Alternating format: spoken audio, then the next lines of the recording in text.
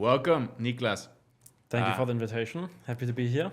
I don't know how many episodes I did by now, but I'm really happy to have you here because you are someone that has expertise in something that I don't have any expertise in. So that's why I would love to have you here. And you're also doing some cool stuff with building your own software and all these kind of things. Yeah. So you live a little bit the flashy lifestyle on Instagram, but you don't stop there. You're developing yourself as a business owner. So I think that's pretty cool to see. So that's where we're going to get started.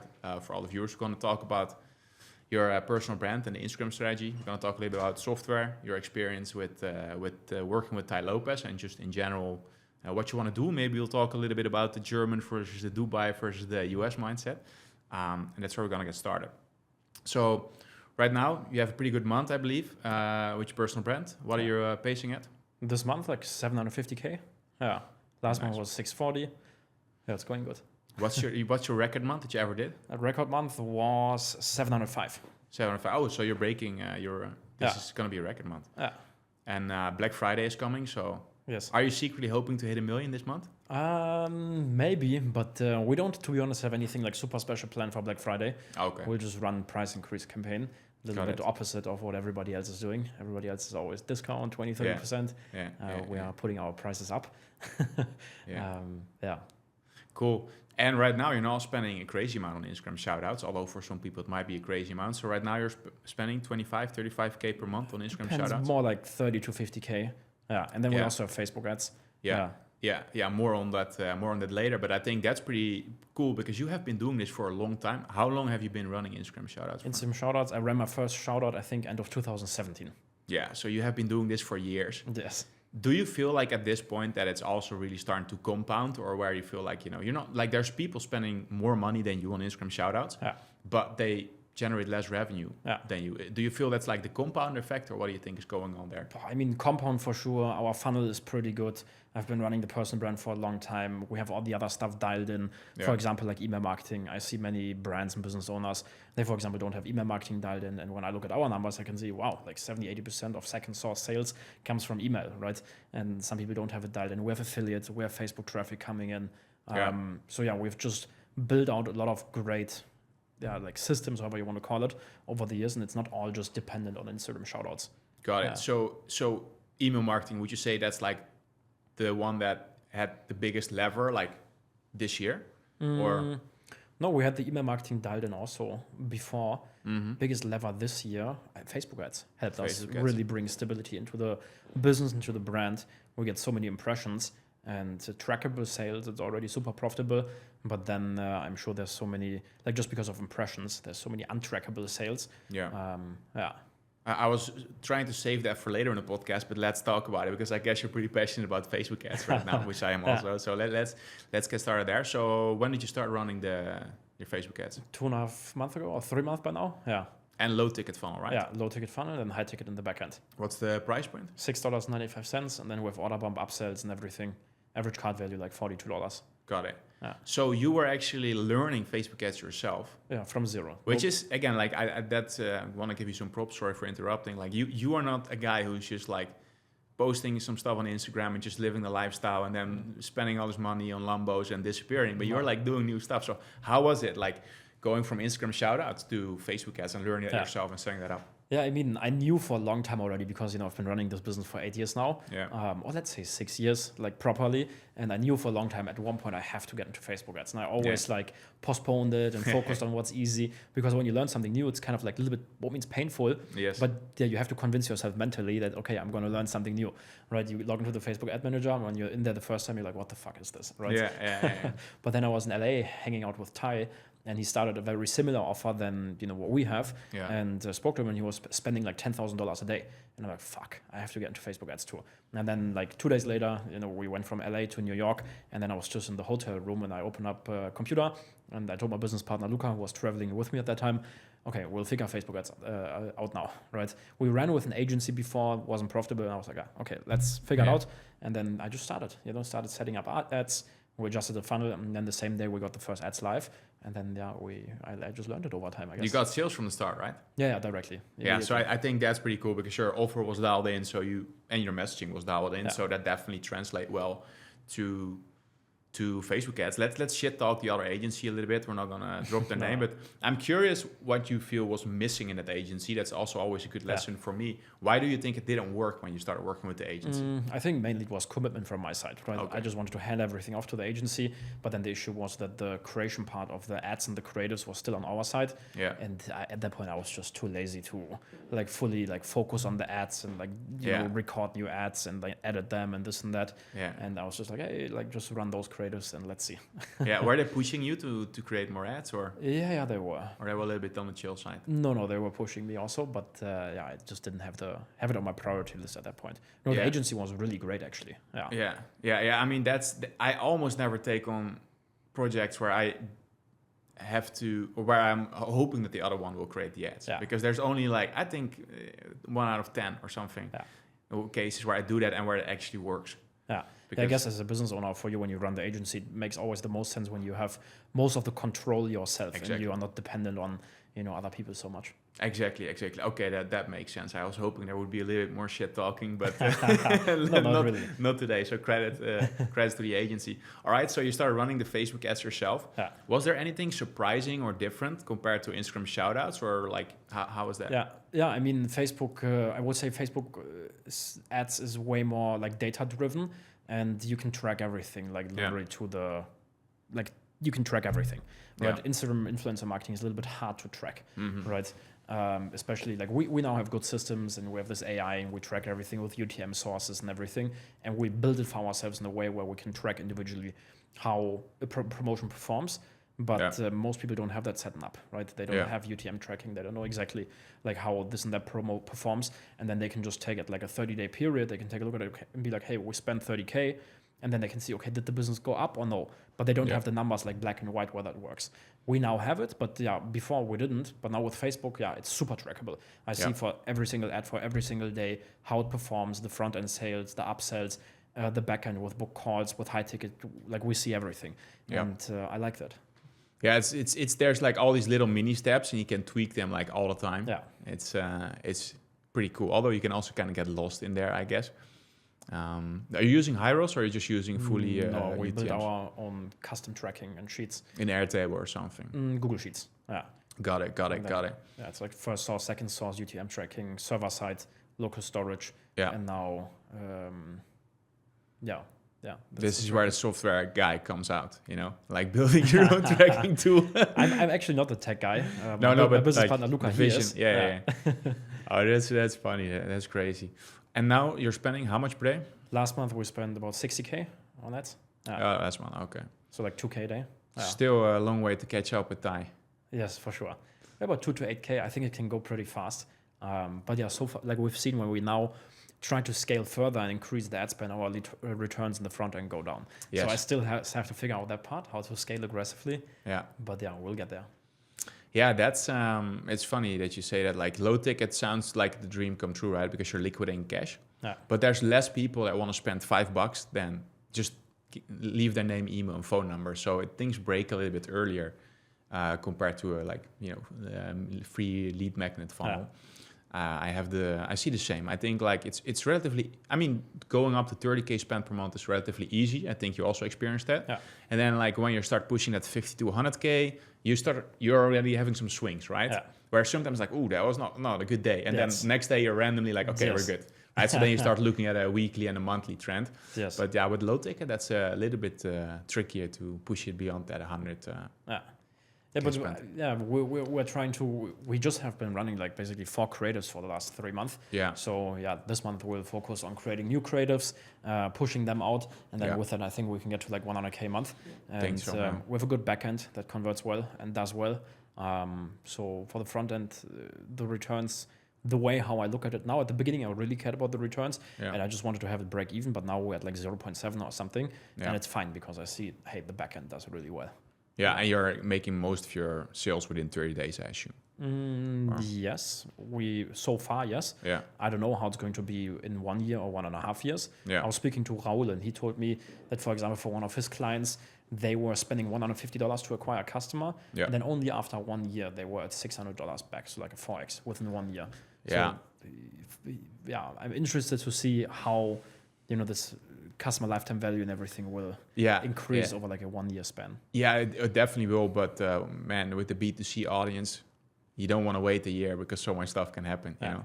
So that's, I don't know, that's tricky. But $150 still do. I mean, your price point is a little bit low to spend $150. For us to acquire customers, like $55. Yeah. And do you have order bumps and upsells? Yeah, for sure. Order bump, so upsell, everything. Average cart value is $42. Yeah, got it. Front end. I mean, you should totally be able to get that up, the AOV as well. Yeah. It's like, Yeah, we have to try and split test upsells and the upsell flow and everything. Yeah. For Max, we recently switched from $97 upsell to $197. Okay. We almost didn't notice the difference. Oh wow, that's interesting. Again, we have a pretty strong AI-related upsell, so the value perception is quite high. So I'm not saying that will work for you, but those kind of things, you're like, oh damn, boom, we can push a little bit. You know what worked well for us too? Having 2 order bumps. 2 order bumps. You should try this. Yeah, I mean that's a dangerous one because sometimes then the average order value drops. And for us, it did increase. No, I'm just saying like it's like an experiment for some people because it's like the decision fatigue, you know, where you're like, oh, order, and then they don't buy the upsell, but sometimes it does. It's definitely an interesting one. I think with Max we also did or have 2 right now, but it depends a little bit per niche. But there's so many variables to play around with, right? That makes it in some way also way more complicated in your brain too. And you have to track that stuff, like what you said with Raoul. It's like, if people convert in 3 months from now, you don't notice it, and then you don't scale as far as you could. Yeah, you're not gonna reach your potential. But I think for you, man, if you start doing, just creatives once a month, just like you do it daily for Instagram shoutouts, that's gonna really, you'll be able to get to 100K spent a month, pretty sure. Yeah, I think so too. Cool. Let's see. And you also talked a little bit about setting up this whole new crazy tracking system for Instagram shoutouts. That's always something that, I looked at it and I'm like, man, nobody's really tracking their stuff in Instagram shoutouts. So I'm curious what you are doing. Of course, you're using UTM tracking. You track the link in the bio, but did you figure out a way to kind of track Instagram shoutouts and the direct like calls, leads? What are you doing there? Yeah, I mean, we have this AI that we use. It's like a custom built one that does all of the direct messages. What we do is for every keyword, we have a separate flow where the links have specific UTM parameters based on the keyword. So when we run influencer campaigns, let's say Monday we'd use this keyword, keyword A, Tuesday keyword B, Wednesday keyword C, and we always send to DM. So we can specifically for each keyword see, hey, this is how many, for example, opt-ins we got or calls we got, and then we also see how many sales. Got it. So you're not like, you see a lot of people just run like, hey, follow me for more. But like when you buy a shout out or like your team does that, you always use a specific keyword. Always call to action. Always. Yeah. All right. And you see actually that people are sending you that keyword. Yeah, for sure. A lot. Yeah, we track that too. Interesting. Our testing budget per day for Instagram shoutouts is like $500 a day. Yeah. And then when we win now, we spend more on it. Yeah. We get like 100 to 200 DMs just from the testing budget every day. Wait, 100 to 200 DMs spending $50. Yeah. Sorry, for 500. 500. Yeah. Oh, so that's like $5 per DM. Yeah. $5 to $10. Yeah. That's crazy. And then you don't even. Then also people start following you, right? Yeah, that don't exactly. DM you. Yeah. Oh, that's pretty cool. And you mentioned that you do a different keyword from Monday, Tuesday, Wednesday, Friday. Yeah. Are you then like sending out a bunch of different content pieces on those days to the same pages, or what are you doing from Monday till Friday, or what's that about? Every day we have a new creative that we test. So Monday we have a creative A that gets tested with keyword A. Tuesday is a different creative with keyword 2, and so on. Yeah. And you do that then for like a couple of days in a row? Yeah. You use the same pages or you use the same group of pages? No, we have different testing groups of pages. We have like 4 or 5 different testing groups because if you run on the same pages every single day, they will burn out at one point. The audience will get burned out. So we have different testing groups that we just rotate through. Yeah. And So, but that means that maybe the reach on the pages or the audience on pages is a little bit different. Yeah. But I guess that's something you can just never... Yeah. Yeah, I mean that's fine if it's a little bit different. In the end, what we take a look at is 2 metrics. Number 1, cost per DM, and number 2, cost per book call. And as long as those metrics are fine, we're good to go, and then we spend more. Got it. And the AI then always has a different call booking link, or VSL link with a different UTM. Exactly. So you can see that. Oh, that's pretty cool, man. Yeah, that makes sense. That's almost the same as ads. It's just the audiences are still different with the different pages. That makes it a bit tricky. Exactly. Damn. That sounds pretty cool. And this is what was missing with influencer marketing for the longest time ever. Yes. And I think no one out there in the space has it yet. At least I don't see anyone do it. Yeah. Like 0% of people do it. Yeah. But yeah, we built this a couple of months ago, and that has helped a lot. Cool. Yeah, I mean, you saw, like, I think back in the day, people did that, send me the word XIZ. Yeah. And then for some reason, they stopped doing it, I guess, because it would just work so well without it. Yeah. And now you go back there. And so your sales cycle, how long is it, kind of, when you get the first DM and then... Well, man, it really depends. Like, it's different. We have like a customer onboarding type form where we, ask our customers, like, first of all, like why they joined the program, what the expectations are, which videos they are like specifically interested in. But then one thing that we of course also ask is for how long they've been following me. Yeah. And I would say like 20% of the customers, or maybe 30 even, below 1 week. And then there's a group below 1 month. Yeah. And then for about 3 months, for 1 year, and many of them also 2 or 3 years. Got it. So you're like, when you're like getting that DM word from Shoutouts and they're booking calls, you're just kind of looking at the type from quality and where they show up and whether you get just some sales in, because you know that most of them will convert later. Yeah, what we try to achieve with influencer marketing is to be break even or profitable for trackable results through this AI and through the UTM tracking, right? Yeah. So with that, we always want to at least be break even, and if we're break even, we scale more, and if we're profitable, also, of course. Because we know that the followers come and people convert over time, and there's so many sales that are untrackable because not everybody sends the keyword and this and that. And Got it. So you spend $500 a day for testing. Yeah. If you really find the banger, then I assume you start scaling immediately without testing the rest, or you still test the rest, but you start just scaling let's say day one. Yeah, we start scaling then immediately. So if you see the cost per DM is below $5, you're like, we're gonna scale. Let's go. Then we spend more on it. And then if it does again well, we spend more on it, and so on. Yeah, we just got it. And it's cost per DM, cost per call. That's what you're tracking every time per day, I guess. Yeah. And then it's like 1,000 a day, 2,000 a day. No, it's 2.5K. Then I think 5K, 10K, and then 20K. So you go from 500 to 2.5K. Yeah. Okay, so that's not the beginner shout out media buying stuff, I guess.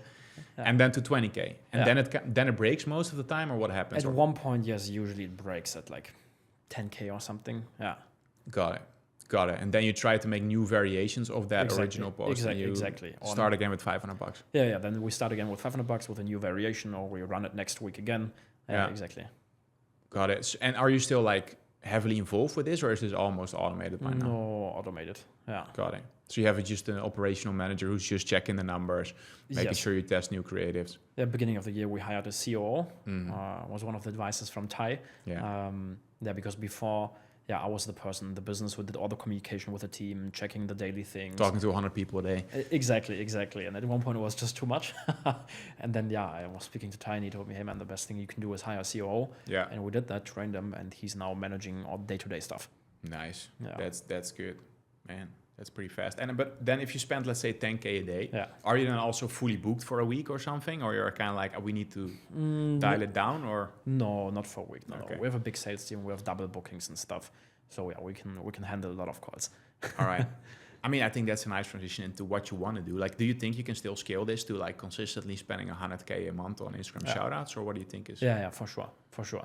I mean, if I would put the focus on it, I'm 100% sure we would have already been there. Yeah. But to be honest, my focus hasn't been on it for the last 3 months. It was more Facebook. Yeah. And I'm happy with where the business is at now, right? Yeah. Of course, we try to push more and to scale further, but. Logically, yes, it won't make sense if I fully focus on the influencer marketing and just scale that. Yeah. But I'm not like a machine.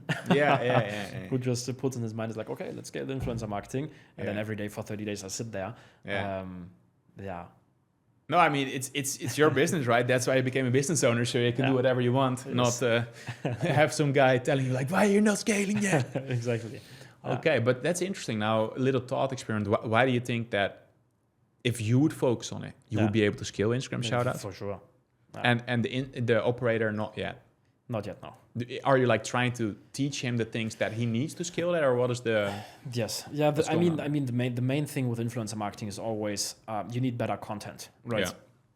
Yeah. Content is the number one thing. Yeah. So yes, we are pushing and training the content team and trying to make it better. that they find more winners, better pieces. Yeah. But yeah. Got it.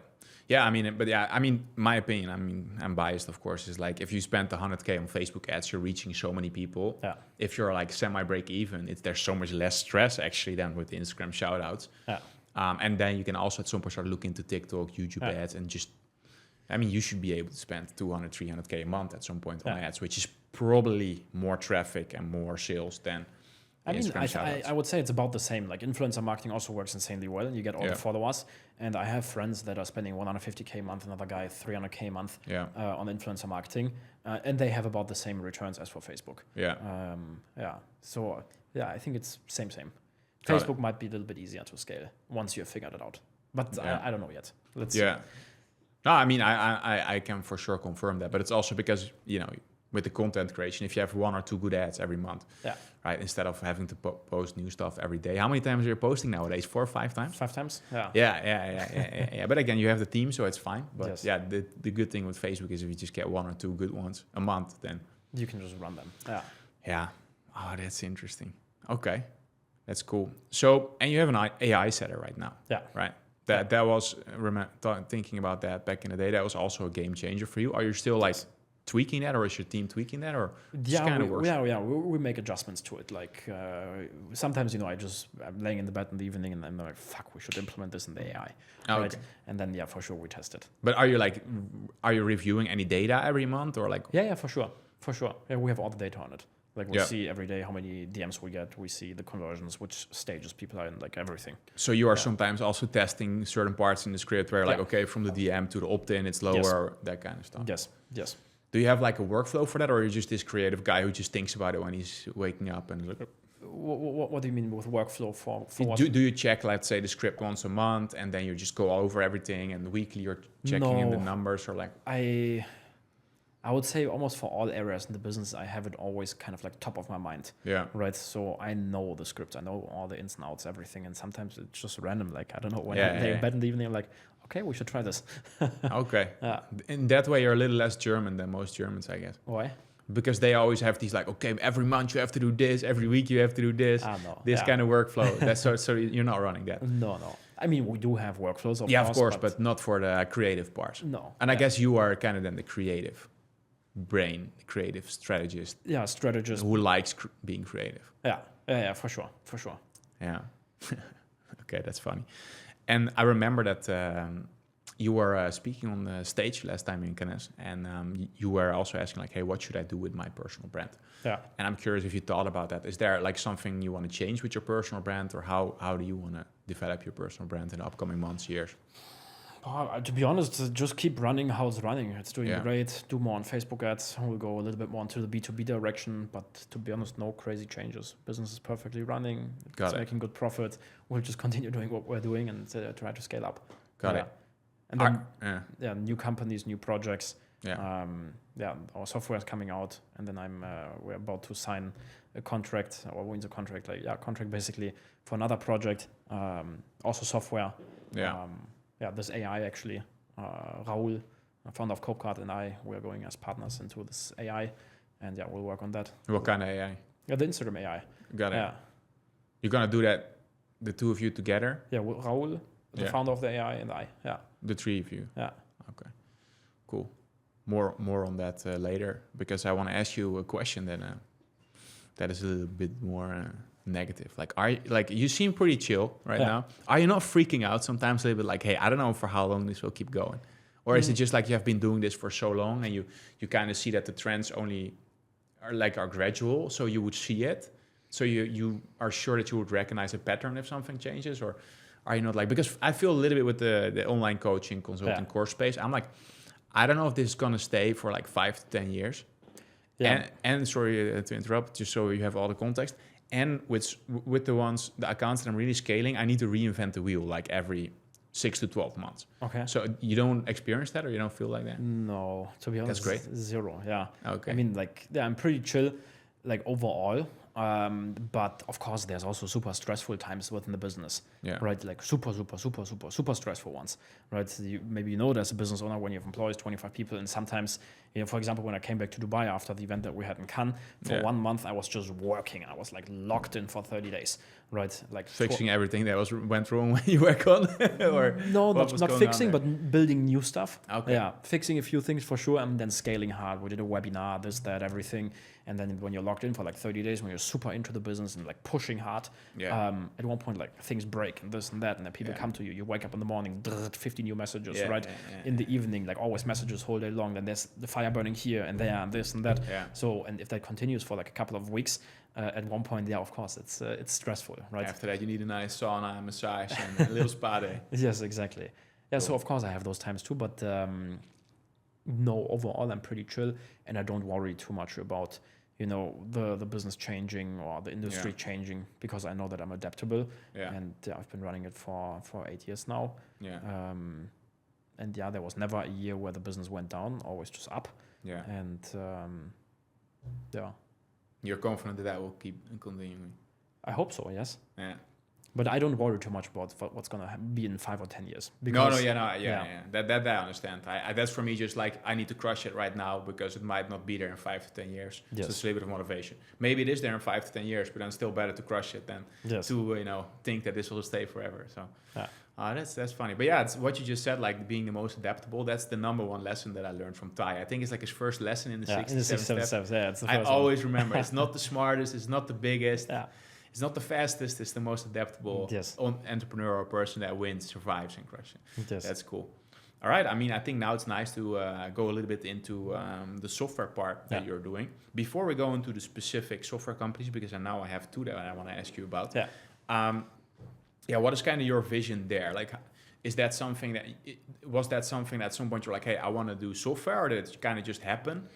Both. So I had the idea for software in my mind for a long time. And I knew that this would be one of the next steps as an entrepreneur, getting into software, which at one point, has the potential maybe to exit or build recurring revenue, build something bigger than just, myself and the personal brand. I wanted to do it for a long time. And the beginning of the year, Tai introduced me to Simon. He's my business partner at the software.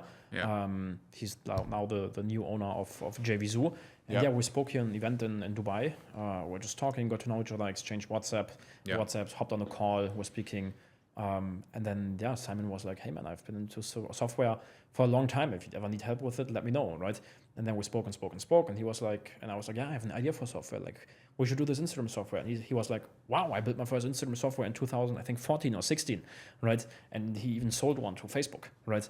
So I was like, wow, this is perfect. And then we started talking, and then it just naturally came. Yeah. Oh yeah, Simon is impressive guy. Yeah. With an impressive CEO as well. Yeah. Cool. Okay. So let's get into your Instagram software then. Yeah. I guess that also kind of happened where you're like, hey, I kind of need this. You are maybe using other tools. Yes. Then you started getting into it. So right now, like, what do you think is going to make your software different than the other ones out there?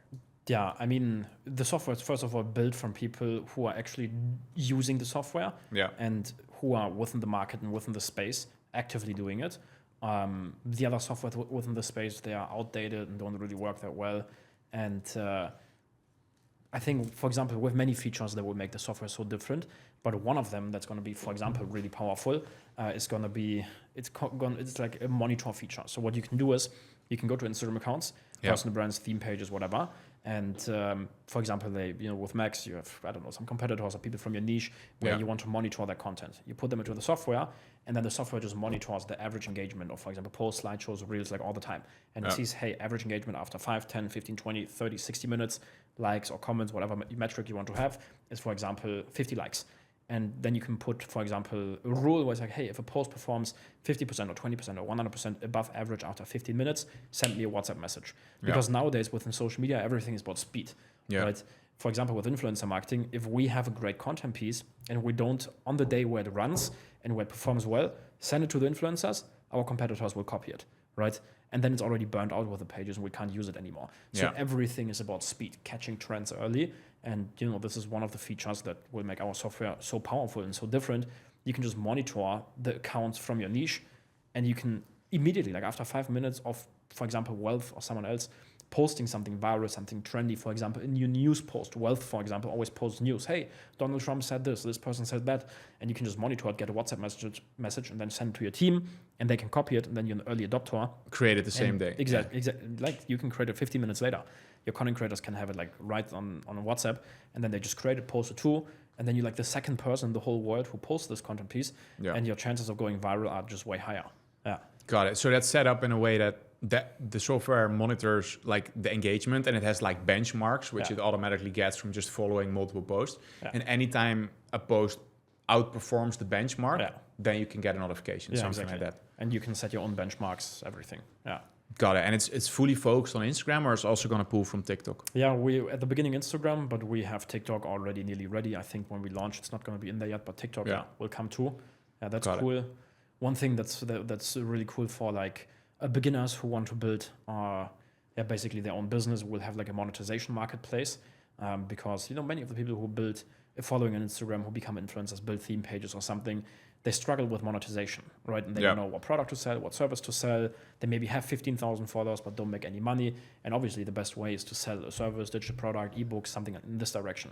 Yeah. But it's tough to create one. You as a business owner, creating a funnel, creating an offer, this, that, it can be really complicated. And there's a lot of things that you have to become really good at. Yeah. So affiliate marketing, I personally think as a beginner, if you're just getting started, is one of the best things. But then how do you find great products? So what we do is, or what our benefit is, we'll have a monetization marketplace, and my business partner Simon, he owns JVZoo, which is one of the biggest affiliate marketplaces in the world. They processed like $3.5 billion in transactions, and he has all the insights and knows exactly, okay, which product performs the best, what has the highest EPC, what has the best conversions at the best price points, this, that, and then we'll just have a marketplace of the best products. People can just click it, and then this other software company, the deal is not finalized yet, but it will most probably like this week or next week. The AI, we also want to integrate that into the software. And then we have like all kind of like 3 stages. Number 1, the software will allow you to find viral content fast. You can schedule it automatically from the software. You can see and analyze trends fast. We even will have a photo and video editing software within the software. So people can, within the software, like edit their photos, edit their reels, add music. Cool. We will have like a whole library of like viral hooks that they can use. They post it, and then they have the affiliate product, like some of the world's best affiliate products. They will see it on the marketplace. They can just register, have the links put into their bio, and then they just set up the AI, which will also build in a super simple way where they have to fill out a few things, and then they post content, AI runs, affiliate product, and monetization and growing your Instagram page will be easier than ever before. Ready to go, and it's going to be really like equalizing the playing field, right? Because it's just going to be about speed and systems, and that's going to be cool. Okay, so it sounds like that works for every kind of post, like reels, carousels, just images, everything. Yeah. Can you also select like certain tags so you can look, hey, which carousel post is working, which image is working? Like, got it. Yeah. So you guys really thought good about it. Well about it. Nice. Cool. Little side step. You just mentioned working with Simon. You randomly met him at an event. You're friends with Raul. What have you been doing to kind of connect with everybody and like, let's say, networking strategy? Yeah, it's a good question. I thought about this also. About the networking and everything, and spoke with friends. You mentioned networking strategy. I don't have like a networking strategy. Yeah, I get and it. I think it's kind of like this whole approach, like networking strategy. Yeah. Little bit strange. Cringy. Yeah. Scammy. I never like went out and thought about like, hey, let me create this networking strategy. Never. Like for me, it just came natural. I think the most important is, first of all, be honest, be nice, be just a genuinely nice person, like help other people, and then. Also super important, like those are the fundamentals, right?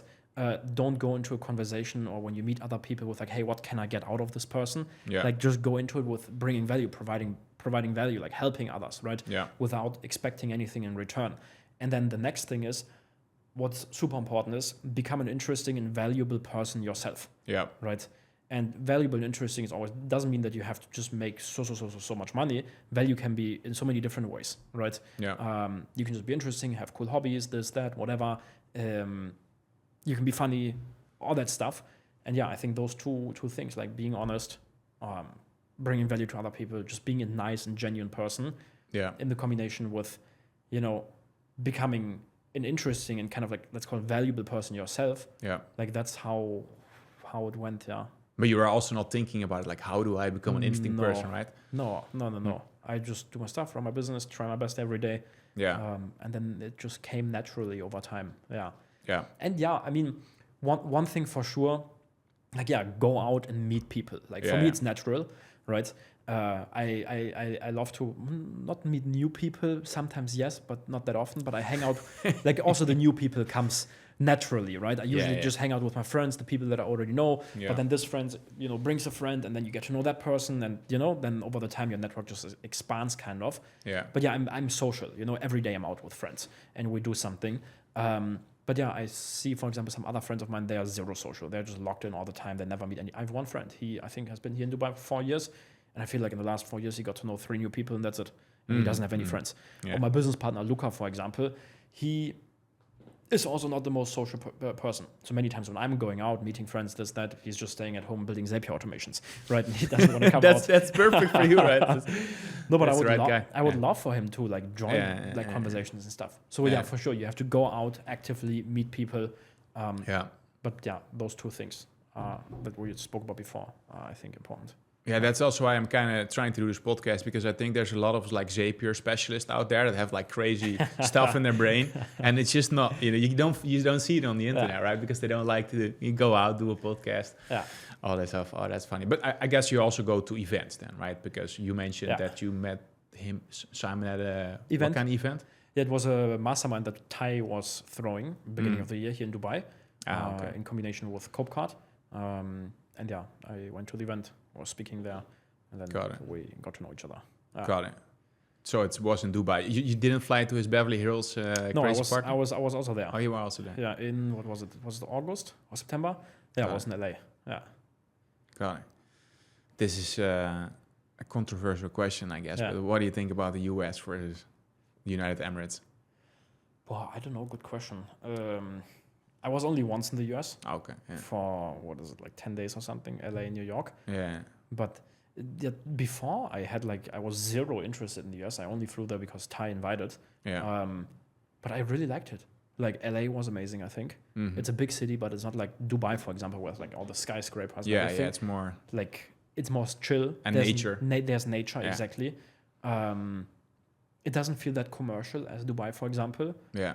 From what I heard, the weather is just the same the whole year, so definitely benefit over Dubai, because in the summer it gets really warm here. 100%. And I was also really impressed of New York. I feel like New York is Dubai on steroids, you know? I mean, even better, to be honest, because it kind of gives you, it's like the buildings give it a little bit more culture and vibe and like old school. Yes.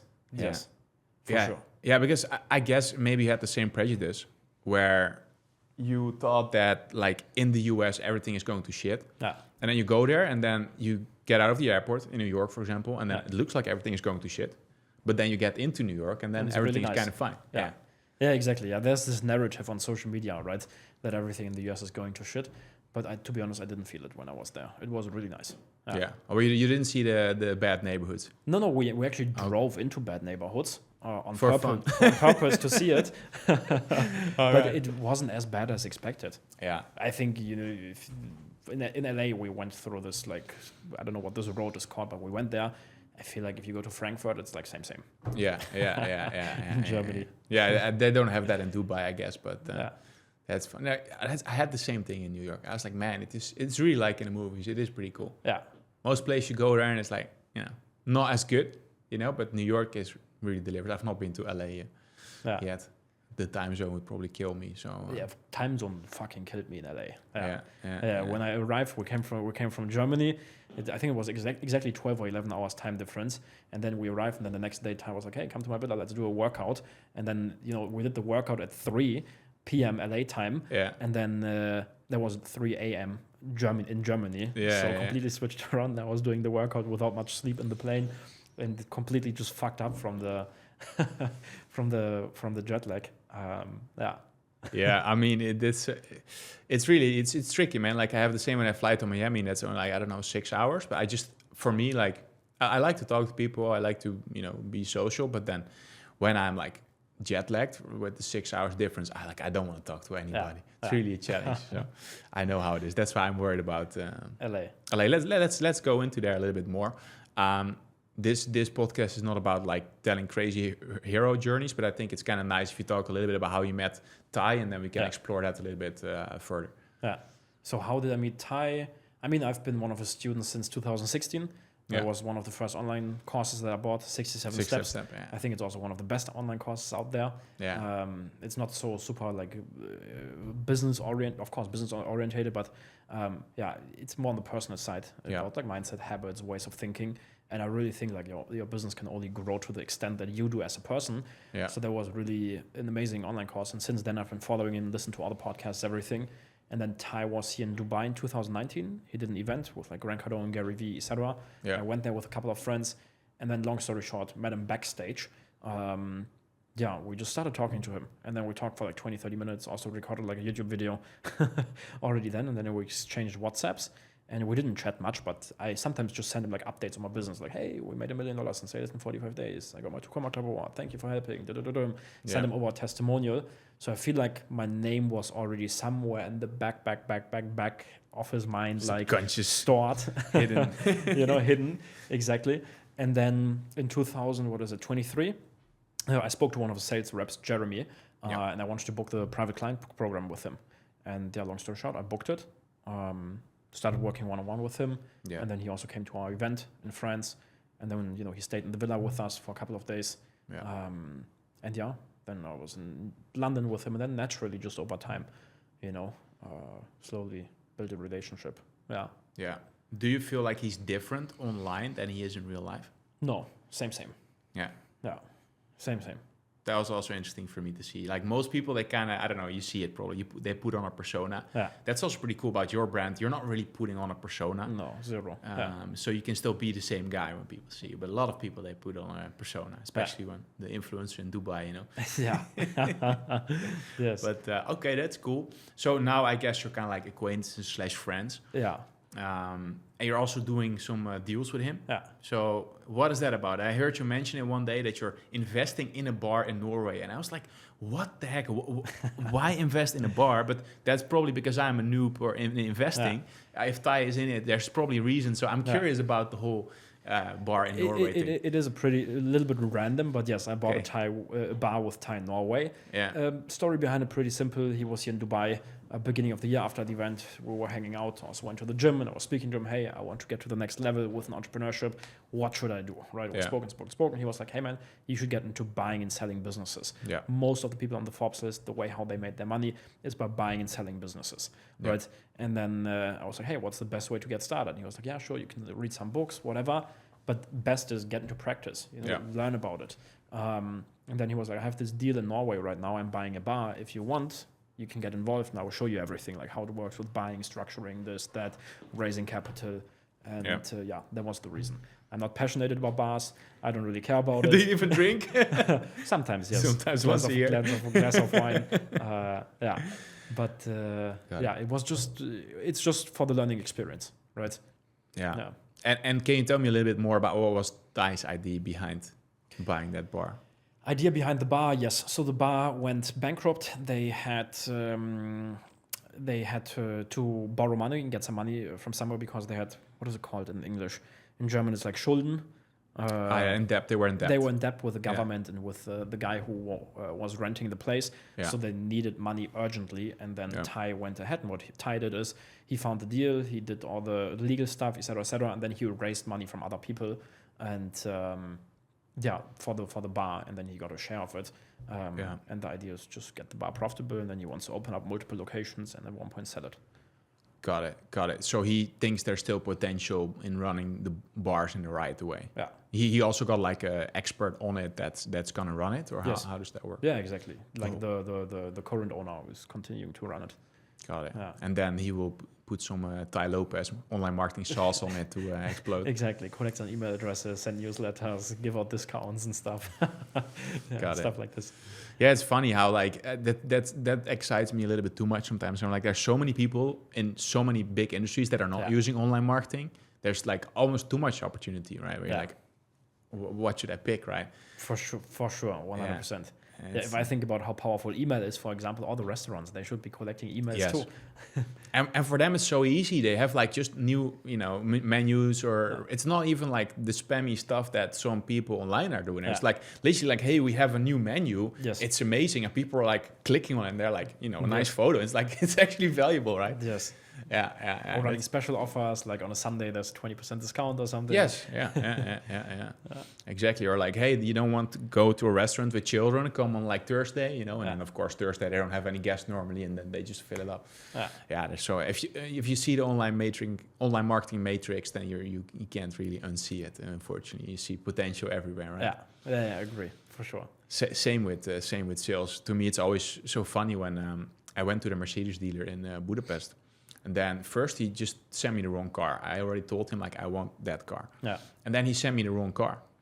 And then I don't know what happened, so I forgot about it for a couple of days. And then he finally sent it, and then I needed to travel or something. And then eventually he never followed up with me, and I just forgot about it for like a month. And then I was not sure if I was gonna stay there or not or move. So then I didn't buy it. But I was like, man, this guy didn't even follow up with me. I was literally there. I already committed to like, okay, this is the amount, this is the one I want. He's just the easiest sale ever, right? Yeah.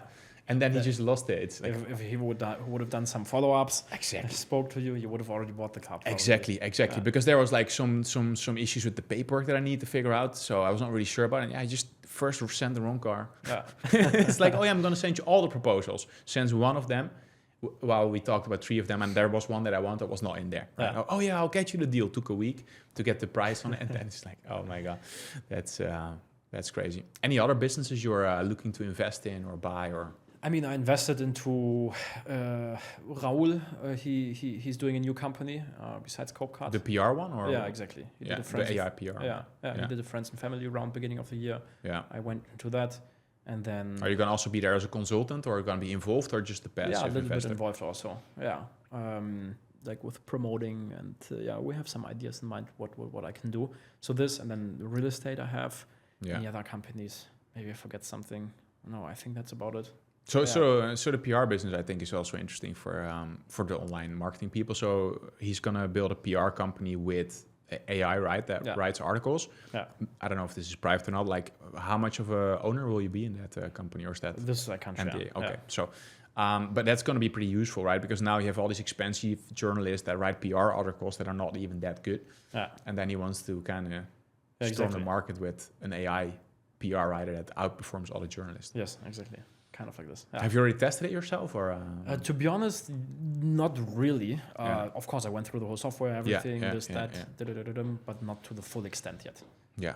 Got it. Then let's talk about the next AI company you're gonna start. So that's the AI Instagram bot. Yeah. Are you guys gonna specifically focus on AI as an Instagram bot, or do you have a bigger vision than that? Instagram. At one point you could also get into e-commerce and WhatsApp chatbots, this, that, etc.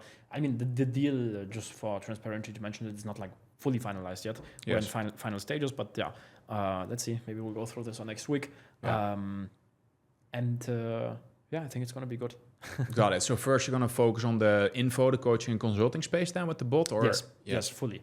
Coaching consulting space, Instagram, typically for coaches. Yeah. But then at one point, you can get into e-commerce, chat bubbles on on the website with AI. So many things. Yeah, so many possibilities. Got it. So that the guy who created the AI in the first place, he's gonna, if the deal goes through, gonna focus on this full time and just become like a crazy AI savage. Yeah. Optimizing the tech process, and you and Raul will then take care of marketing infrastructure and everything around the business. Exactly. Yes. So, he's going to be a product guy. Yeah, I mean, I think like, is it going to work in German, by the way, that you already tested? Yes. Yeah. Some of our clients are already using it in the German market. Got it. And Italian market too, Spanish market. So it's working. Yes. Yeah, that's what I'm always a little bit like, I don't know how ChatGPT is in German, but in the Netherlands, like in Dutch, ChatGPT, it's not as good as it is in English. But with the chatbot, I guess you have more structures and sentences that are kind of the same, so it's a little bit easier. Or exactly. But it gets all the grammar right and all that stuff in German. Yeah, it runs through ChatGPT basically, but OpenAI. And you can adjust the. Yeah, it's basically scripted, right? So there's not so much room for failure. Got it. Yeah. Oh, that's gonna be big then. Yeah, and you have a bunch of people in your mastermind. Raul probably knows a bunch of people, so you guys should be to get like at least a couple of hundred users in. Yeah, I think so pretty too. fast. I think so too. It's gonna be good. Yeah, and then the interesting part, of course, is gonna be like, hey, can you scale it on outside cold of the traffic? Yes. Yeah, that's well, but also outside of the niche, right? Yeah. Like if that guy really becomes the number one AI chatbot guy, then it's unlimited the potential. Exactly. But that's maybe a bit far in the future. Let's see. Maybe on first the next finalize the deal and then yeah, exactly. launch it. Okay, that's pretty interesting. Okay, cool. So, do you think you still have time and energy for a bunch of other projects, or you think after the AI project you're gonna be like, I need to focus again and let's see. I think for a few months, yes, I'll be very locked in, and my plate is going to be really full, especially because we'll also launch SM Suite, our software. Hopefully this year still, maybe beginning of next year, the full launch. And then the AI. Yeah, there's going to be a lot of stuff. So I think for next year, I already have a lot on my plate, but let's see. No more holidays. And let's see how fast we can put great people in place and build a team and stuff. There's no new projects like on the plate right now where I'm like, hey, this is something I would like to do or this. But I'm sure next year, naturally, just stuff will come. Yeah. Got it. And then, I mean, the SM Suite, like, I guess you're also going to run ads for that. Yeah. You have a bunch of money saved up to burn on ads or to go negative in the first month, or how are you thinking about that? We will just launch organically at the beginning. Yeah. We'll do a big affiliate launch with JVZoo. JVZoo is an affiliate marketplace. Yes, that should at least do something. We have a big email list. I think we'll do 7 figures the first month. And then we have enough capital for ads. But that's the tricky thing. I don't know. You probably know this already, but most people who start a software, they don't think about it. It's like, hey, okay, you spent $150 to acquire a customer in the first month. That means you don't get that money back for 2 or 3 more months. But if you have that, that's how I think it was Calm, the meditation app, that they just raised a bunch of money and then they just spend a shit ton of money on ads, and then 6 to 12 months later, then we'll do it at the beginning without raising money. We'll first want to do the launch, get a few thousand customers, and then we will maybe also raise some money to build the evaluation and stuff. Yeah. But let's see. Yeah, I mean, that's the good thing about the whole info space and having a personal brand, right? You can launch the personal brand. You can take all that money and put it in ads. Yes. You might even combine it with a little low-ticket product where it's like, hey, this is how to create viral content. And then you order bump and upsell them, and then the software is on the back end, and you can scale to 100, 200K spent a month. Yes. And still acquire software users for free. Yes. I think that's also one of those opportunities where a lot of people are kind of sleeping on it, where it's like a lot of software companies, I mean, ClickFunnels did it, of course, really well. But a lot of software companies, they're not really using that, like selling a course to get people in the door to... So that's going to be more and more important with ad cost. It's going to be a good combination for sure. I think, this combination of like digital products and software, it fits together like really well. Yes. If done correctly. For sure. Yeah, and then also you get the serious leads, not the random guys that just do a trial and then... and then cancel. Then don't. Or like, I worked with another software company in the past, and there was this one guy who just made a new email every week and got the free trial every week. What the fuck? And the funny part was that it was literally like $50 a month, and it was about how to sell on the Dutch Amazon. Yeah. So it's like, if you ever want to make money, like maybe you should like spend more time on like actually selling products instead of making fake emails. But so that's what you also prevent by putting a low ticket product on there. So that's that. Okay, that's a lot of projects. Did you like kind of make a plan, like a schedule for next year, or like this is also you're like more the creative guy who just solves things on the fly and on the fly, or everything kind of on the fly? I mean, I have a rough plan, but it's not like scheduled out because I think it's just tough to plan out. Sometimes things take a little bit longer. Sometimes they go faster. Sometimes there's a new project here. Sometimes you'll be traveling to this country to a mastermind and whatnot. For me, everything is kind of like on the go. On the go. In your creative flow. I mean, if it works, right? Yeah. And do you still like have huge financial goals where like, hey, I want to do X, Y, Z, or I want to get to this net worth? Of course, you don't have to reveal what you wanted. Or are you more like just enjoying the journey for now? Well, it's kind of driving you.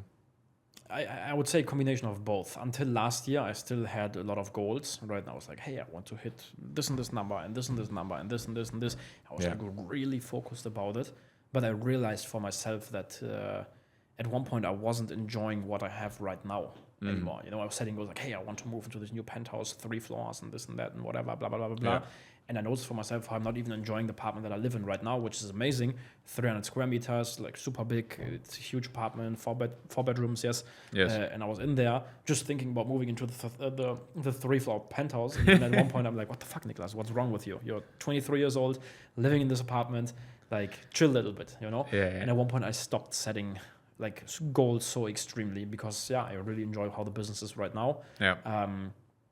I just every day, every week, try to do my best, and the goals will naturally just be achieved. Of course, I have a direction that I'm going into, but not those like super specific materialistic goals. I don't have them anymore. I kind of like, I guess it's normal in entrepreneurship. When you start, you set materialistic goals, like, hey, I want to live in this apartment or buy this car or this watch or whatever. Yeah, I've done it all, and I don't really care about watches or cars and things like this anymore. It was cool to achieve it once. Of course, it's nice, but not in like an extreme way or something. So no, there's no materialistic goals. Of course, always make progress and get better. The focus is now more on building an investment portfolio. You mean like by buying and selling companies, or just in buying stocks? Like companies for sure, building a portfolio of companies, but then also real estate, crypto, bonds, stocks, gold, silver, houses, like this. Got it. But you don't enjoy your apartment anymore now, or what's? No, I love it. The apartment is amazing. That was last year. Like 1 year ago, I was like, I was not enjoying it. And I was like, hey, I want to move into this. Oh, you were not enjoying it because you were always looking for the next thing. Exactly, because I was always looking for the next thing. And then at one point I was like, Niklas, wake up. The apartment is amazing. And it is really amazing. Yeah, and this is not coming from a place of like, hey, I don't have the money to buy the next thing, but it's like, hey, I am just losing myself in the chase, I guess. Yeah, exactly. Yeah, this is what happened end of last year. Exactly. I was losing myself a little bit in the chase. Yeah. That's not really German of you, and that makes us transition into the next part. I think it's always cool to see people from Germany or the Netherlands or non-English speaking countries that actually make it in the English speaking market. So I'm curious how that was for you, and what kind of differences you experienced if you compared like your upbringing versus how things worked in the English speaking markets. Well, to be honest, I think they were kind of the same. Yeah. For you, there were no differences. Of course, a little bit. Yeah. International market, like the marketing stuff can be more aggressive. Yeah. German, you have to be a little bit more chill, more professional, maybe. Yeah. But besides that,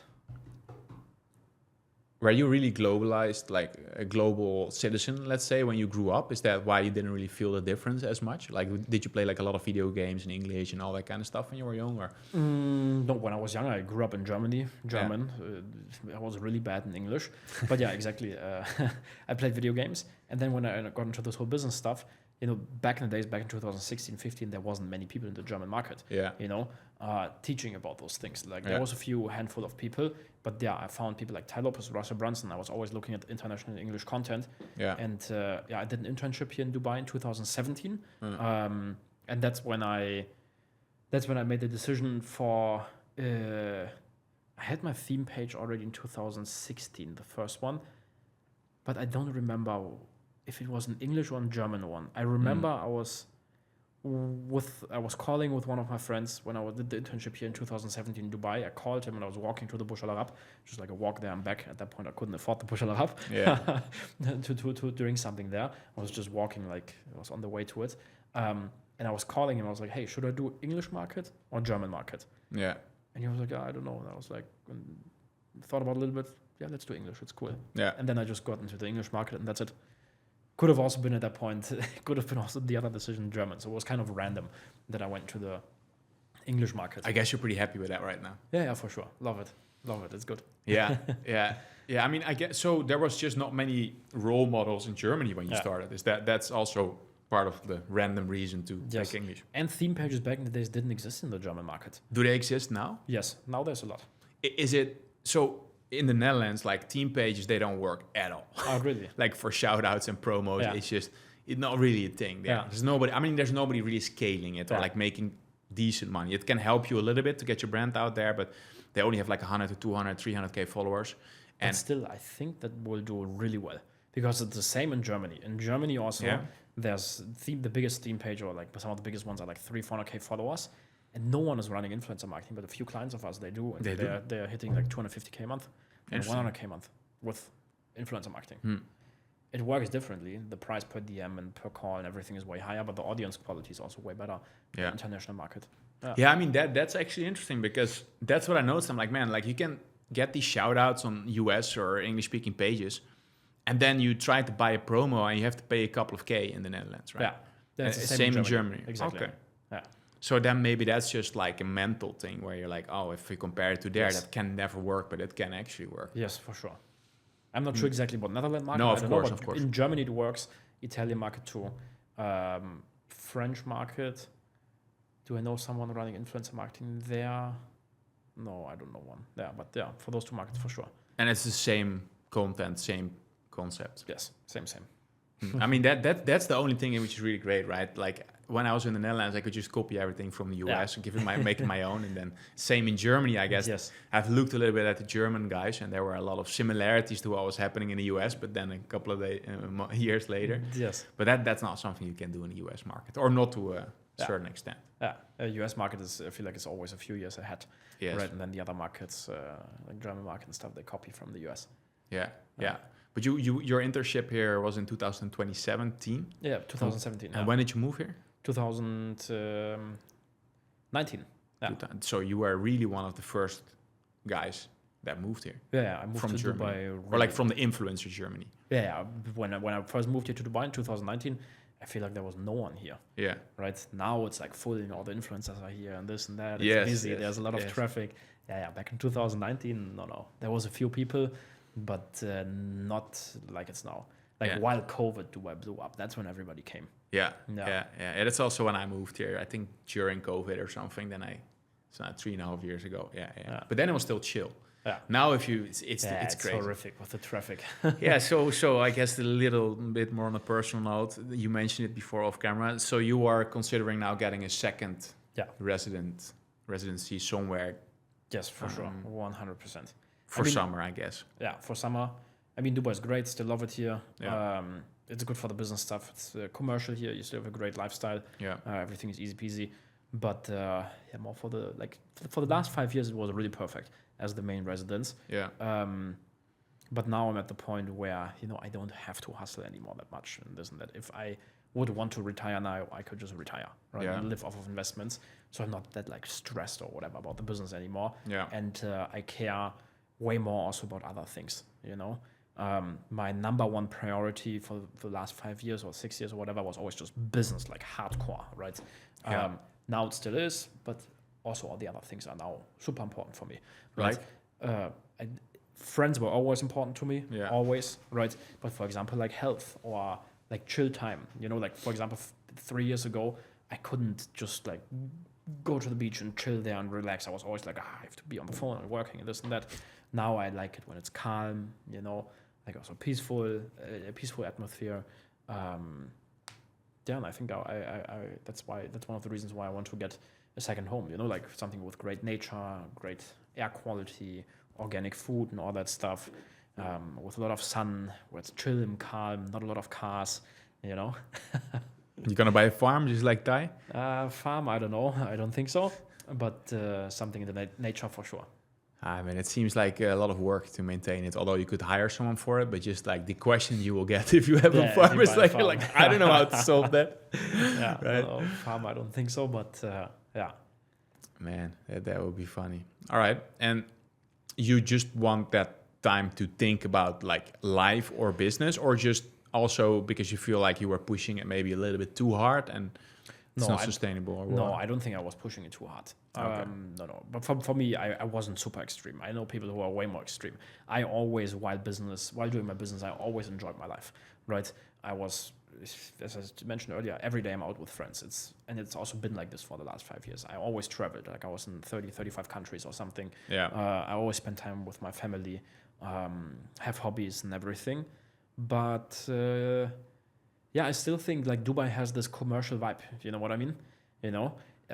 You work, you get out of your apartment, and then there's people running around in suits, and it's busy, and they are calling and this and that. And it's different, for example, when you live, I don't know, somewhere in Greece, in a villa.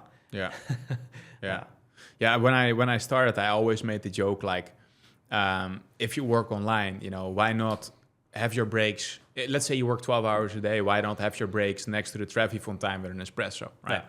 Well, here, if you step out, like when I got here the first time, I still tried to go for walks and stuff, but then I realized, it's not that enjoyable, right? But it's like, if you're here, like you can still work X amount of hours, but you step out your door and you walk next to a beautiful river with a castle there. You might spend the same amount of time working, but your off time. The quality is way better. So but I still love Dubai, and I think the combination is going to be good. Of like a second home somewhere like fully in nature, this, that, more chill, small city, and then still Dubai, and then just go back and forth like multiple times a year. Got it. And then let's kind of transition a little bit to the end. What I'm curious about is like, what is your plan the upcoming years, like a holistic plan, how you want to develop yourself? Are there certain books or subjects or directions that you want to go to grow further? What's your idea about that? I mean, I think the number one way to grow as a person is, I think, through entrepreneurship and through building a business. I think entrepreneurship is one of the most exciting journeys to go on to. Because if you want to grow your business, you have to develop yourself as a person. And there will always be new challenges, new problems, things that you have to fix, and you have to get better. You have to learn different things. You have to unlearn things, right? And naturally, you just develop a lot. So my plan for the next few years, is the new companies, keep doing what I'm doing currently. Of course, through entrepreneurship, you also get to know so many great people, and you learn from them and develop through that. I will just continue doing what I'm doing. Okay, but is there anything that you need to unlearn or a skill that you need to learn to grow to the next level, you think, at this point?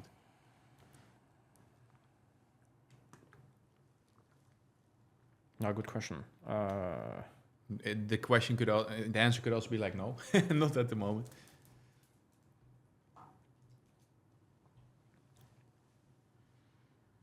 Maybe team building and leadership more.